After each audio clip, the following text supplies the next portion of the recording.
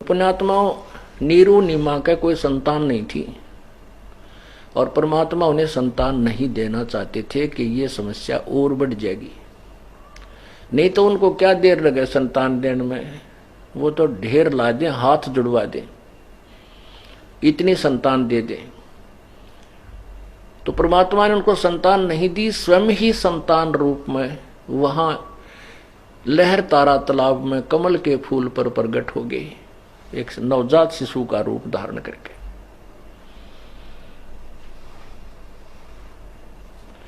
उधर से नीरू नीमा जो थे उनको गंगा में स्नान करना बंद करा दिया था हिंदू ब्राह्मणों ने कि ये मुसलमान हो गए।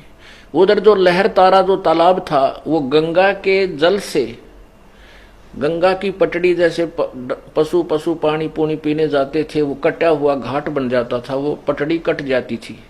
उस पर से जब तेज अच्छी वर्षा के दिनों में खूब बरकत चलती थी गंगा, तो ऊपर के उछल उछल कर वो एक सरोवर का रूप धारण कर लेता था, वो तालाब भर जाता था। उसको लहर तारा तालाब बोलते थे, जो लहरों के द्वारा उछल उछल के पानी भर जाता था। और तारा उस स्थान का नाम था, लहर तारा तालाब का नाम प्रसिद्ध था, हो गया वो।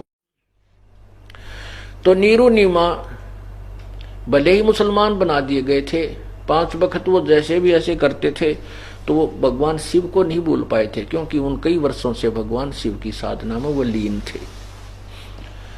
तो वो क्या करते थे कि सुबह उठकर स्नान करने के लिए उस लहर तारा तालाब में जाते थे, जहां गंगा का जल ही निर्मल जल वहां एकत्रित होता था। प्रतिदिन की तरह वो उस दिन भी, किस दिन, ज्येष्ठ सुदी पूर्णमासी, ज्येष्ठ मास की पूर्णमासी और संवत 1455 सन 1398 वो वहां पहुंच, वो जा रहे थे स्नान करने के लिए सुबह सुबह ब्रह्म मुहूर्त में। ब्रह्म मुहूर्त का अर्थ होता है सूर्य अस्त होने से, सूर्य उदय होने से 1.5 घंटा पूर्व का समय ब्रह्म मुहूर्त कहलाता है। तो सुबह उठकर स्नान करने के लिए प्रस्थान किया और उनकी झोपड़ी से लहर तारा तालाब लगभग 4 किलोमीटर की दूरी पर था।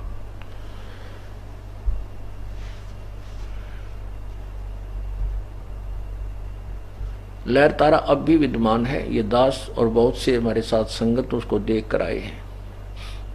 वहां पर आश्रम भी बना रखे हैं कबीरपंथी संतों ने, वहां यादगार भी बना रखी है भगवान की कि यहां पर ऐसे ऐसे प्रकट हुए थे। तो रास्ते में नीमा, नीरू की पत्नी, अपने रो रही है।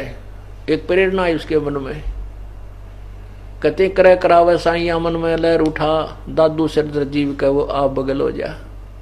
तो नीमा के मन में प्रेरणा हुई, रोन लगी चलती चलती, ऐसे उमंग सी उठी और अपने शिवजी भगवान से कहती है, ए भगवान शिवजी, ए भोलेनाथ, अपनी बेटी को एक लाल दे दो। आपके घर में क्या बच्चों की कमी है, आप तो जो चाहो सो कर सकते हो, आप समर्थ हो, देवों के देव हो, महादेव हो। ऐसे कहकर वह बहुत फूट फूट कर रो रही थी। अब नीरू ने कहा कि नीमा, हमारी भाग्य में संतान नहीं है, अगर होती तो भगवान पहले ही दे देते, और तू रोवा मत, संतान हमारे भाग्य में है नहीं, और रो रो के तेरी आंखें खराब हो जाएंगी, हमारा कोई उंगली पकड़ने वाला भी नहीं है, तो मत रोया करे। ऐसे बातें करते कराते वो लहर तारा तालाब पर पहुंच गए। उससे पहले क्या किया कि एक रामानंद जी महापुरुष, ऋषि महर्षि रामानंद जी ब्राह्मण, उस काशी के अंदर बहुत प्रसिद्ध हो गए थे। उन्होंने अपने अलग से एक संस्था तैयार की थी और वो कहते थे कि मैं वेदों और गीता के अनुसार साधना बताता हूं और साधना मत करो। ऐसे उसने एक बहुत बड़ी संस्था यानी बहुत बड़े चेले बना रखे थे जो प्रचार किया करते ऋषि। एक उन्हीं में से 1400 ऋषि शिष्य बना रखे थे जो प्रचार किया करते थे रामानंद जी की थ्योरी का, सिद्धांत का, वेदों और गीता और पुराणों को वो सत्य मानते थे। एक अष्टानंद नाम के ऋषि थे जो उनके शिष्य थे रामानंद जी के। वो प्रतिदिन उसी लहर तारा तालाब पर उस स्वच्छ जल में स्नान करके उस एकांत स्थान पर कुछ देर वो साधना किया करते थे। प्रतिदिन की तरह वो भी उस दिन वहां गए हुए थे। कौन? अष्टानंद। अष्टानंद जी ने स्नान किया। स्नान करके अपना एक आसन बिछाकर चद्दर सी घास के ऊपर, जेठ का महीना, ज्येष्ठ मास, सुबह सुबह बहुत सुहानी सी लहर, और तालाब के पास तो एक विशेष ठंडक सी होती है, वहां बैठ करके वो अपनी साधना करने लगा। जब वो साधना करने के लिए आंखें कभी खोल रहा था कभी बंद कर रहा था, इतने में क्या देखा कि आकाश से एक प्रकाश का गोला आया। अब जो उसने देखा उस प्रकाश की तरफ तो उसकी आंखें बंद हो गई, इतना तेज प्रकाश था। किसकी? अष्टानंद की।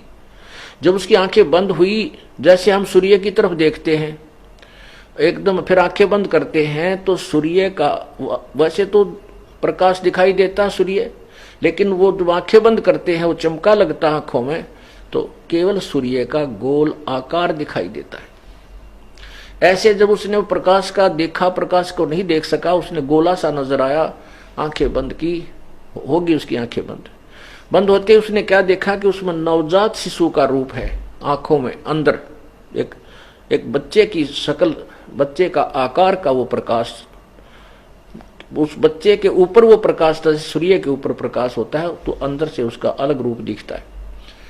फिर दोबारा आंखें खोली तो वो प्रकाश एक कमल के फूट पर सिमट गया और अष्टानंद जी को आंखों के सामने एक बालक दिखाई दे रहा। अब उसको वो लहर तारा तालाब के ऊपर बालक नहीं दिख रहा, उसने तो चमकिया जो उस परमात्मा के शरीर पर जो तेज था, उस तेज से उसकी आंखें चुंधी आ गई, बंद होगी। बंद होते ही वो बच्चे का आकार उसको अपनी आंखों में नजर आ रहा था। तो उसने सोचा ये क्या चमत्कार हुआ, मेरी भक्ति का चमत्कार है या कोई मेरी भ्रमणा है। उसने साधना भी त्याग दी कि गुरु जी से पूछता हूं आज जाकर के ये क्या कहानी है। वो तो आ गया रामानंद जी के पास।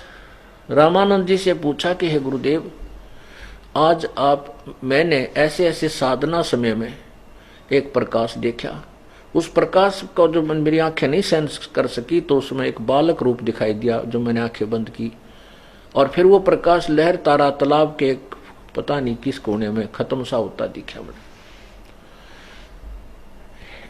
हे गुरुदेव, ये मेरी भक्ति की कोई उपलब्धि है या मेरी कोई भ्रमणा भटकना है, ये मेरा कोई भ्रम है।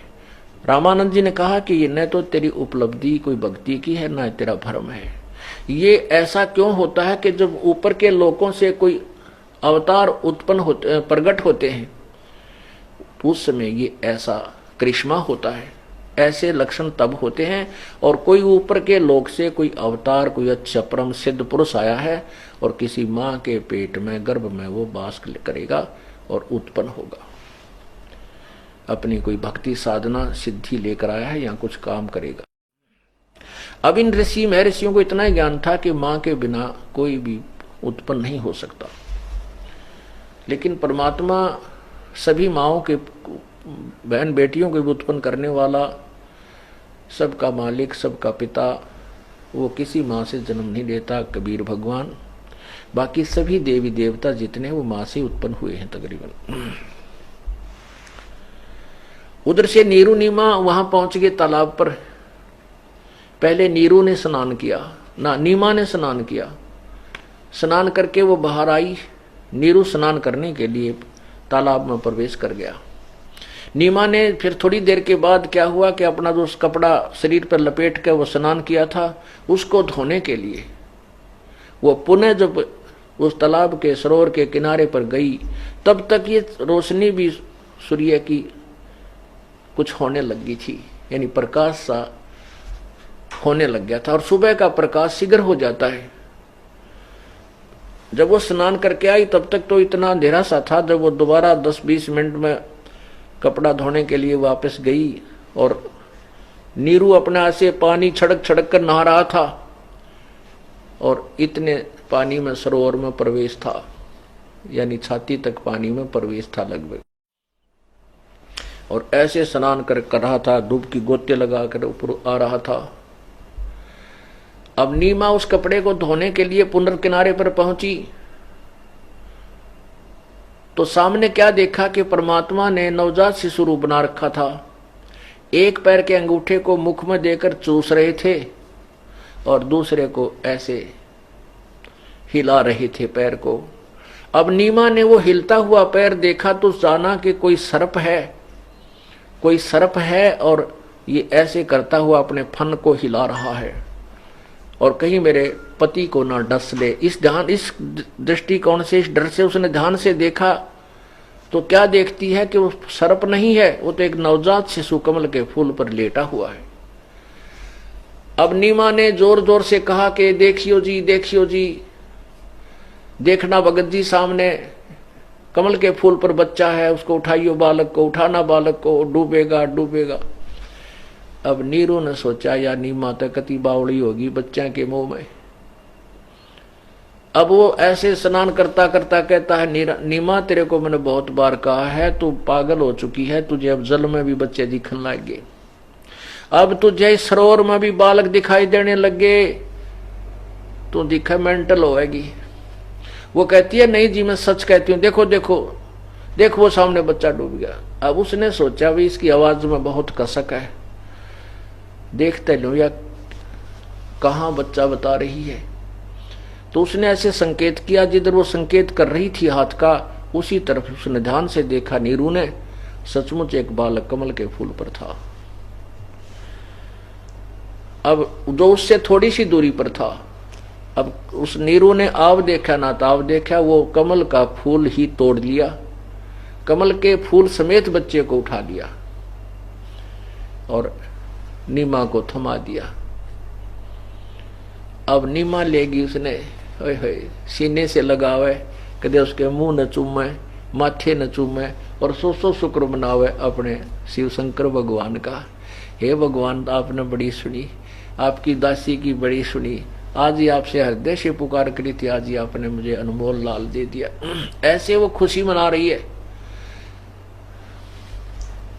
पुण्यात्माओं, जिस परमात्मा के लिए हम भटक रहे हैं, ऋषि जी, मुनि जी, सब देवता, और जो कितना सुखदायी है उसके गुणों का वर्णन ही किया जा सकता। और वही परमपिता, वो परमेश्वर उस बहन के सीने से लगा हुआ है।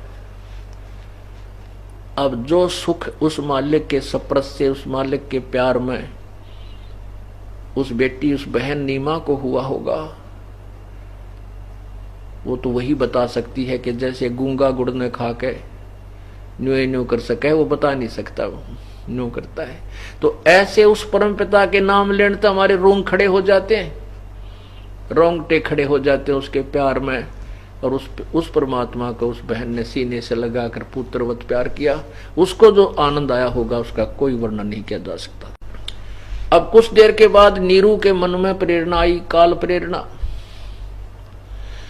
उसने सोचा कि पहले तो हम हिंदू से मुसलमान बना दिए, हिंदू हमारा कोई साथी नहीं, मुसलमानों से अभी हमारी मित्रता नहीं, और यदि हम इस बालक को घर ले जाएंगे, न्यू बतावेंगे कमल के फूल पर मिला, नगर के लोग हमारा मजाक करेंगे और कहेंगे तुम किसी का उठा के लाए हो, बताओ इसके माता पिता कौन है। हमारा मार मार कर उलिया बिगाड़ देंगे, बच्चा भी छीन लेंगे और हमें हो सकता है नगर से भी निकाल दे। अब हम इसके माता पिता कहां बताएंगे, कौन है। इस विचार को रखते हुए उसने नीमा से बाहर आकर कहा, नीमा। नीरू ने कहा कि नीमा, इस बच्चे ने यही रख दे, इसमें अपनी खैर है, हम इस बच्चे को नहीं ले चलेंगे। अब नीमा कहती है, जी मैं इस बच्चे के बिना जीवित नहीं रह सकती, इसने ना जाने मेरे ऊपर के जादू कर दिया, अब इस बच्चे के बिना मैं तड़फ तड़फ कर मर जाऊंगी, मैं जान दे सकती हूं पर इस बालक को नहीं छोड़ूंगी। अब नीरू कहता है कि तू कति बावड़ी होगी, आगा पीछा कुछ नहीं देखती। उसने सारी कहानी बताई कि हमारे साथ ऐसे ऐसे हो सकता है। नीमा बोली, मैं इस बच्चे के लिए यो नगर भी छोड़ दूंगी, मैं अपनी जान भी दे दूंगी, परंतु इस बालक को नहीं छोड़ दूंगी। अब नीरू ने सोचा या तो कति अंधी होगी पुत्र मोह में, बालक के मोह, और वहां हमारे साथ बहुत बूंदी बनेगी। तो नीरू कहता है कि नीमा, मैंने आज तक तेरी किसी भी बात, कोई भी तू जिद करती थी, मैंने सारी मान ली। क्यों? इसलिए कि तेरा कोई संतान नहीं थी, और मैं ये सोचता करता था कि कहीं मेरे कारण इसको ठेस ना पहुंच जाए। मैं तेरी हर जिद को पूरी करता रहा, इसलिए तू जिद्दन बन गई है।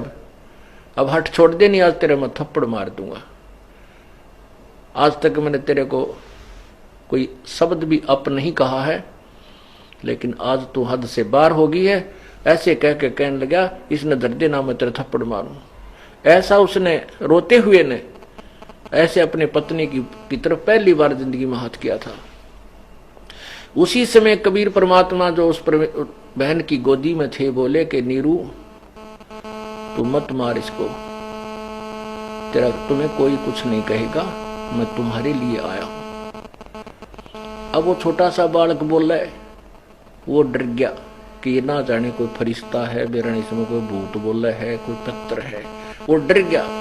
एक नवजात बालक बोल रहा है, आदमी का कलजा बैठ गया। वो तो एकदम सहम गया और अपने घर की तरफ प्रस्थान कर दिया, आगे आगे चल पड़ा। अब घर आकर देखते हैं गांव में, वहां पर कॉलोनी में आ गया। अब जो पड़ोसन आवे और देखे बालक के चेहरे को, हुई इतना सुंदर शरीर परमात्मा का, जैसे बर्फ के साथ सफेद होया करे, इतना प्यारा न्यारा कोई बच्चा नहीं आज तक देखा। तो जो भी आवे वो इन्हों कहो हो ये तो भगवान का अवतार दिखा है। कोई कहे तो ब्रह्मा का अवतार, कोई कहे विष्णु के सा रूप से, कोई कहे शिव जी जैसा है, कोई कहे तो इंद्र के सा, कोई कहे कुबेर आ गया। ये तो इस तरह अपनी अपनी जैसे कहा करे ना, कोई बालक हो जा तो पड़ोसन कहा रहे जिसके दादा पर दिखा है, कोई ना कहना इसके मामा पर शकल जा से इसकी। ये स्वाभाविक होता अपनी अपनी टिप्पणी देने की। तो उसने वहां सारे नगर के लोग नो देखना हुआ गीत गाते हुए, लेकिन किसी ने नो उनके साथ ज्यादा वो विरोध नहीं किया।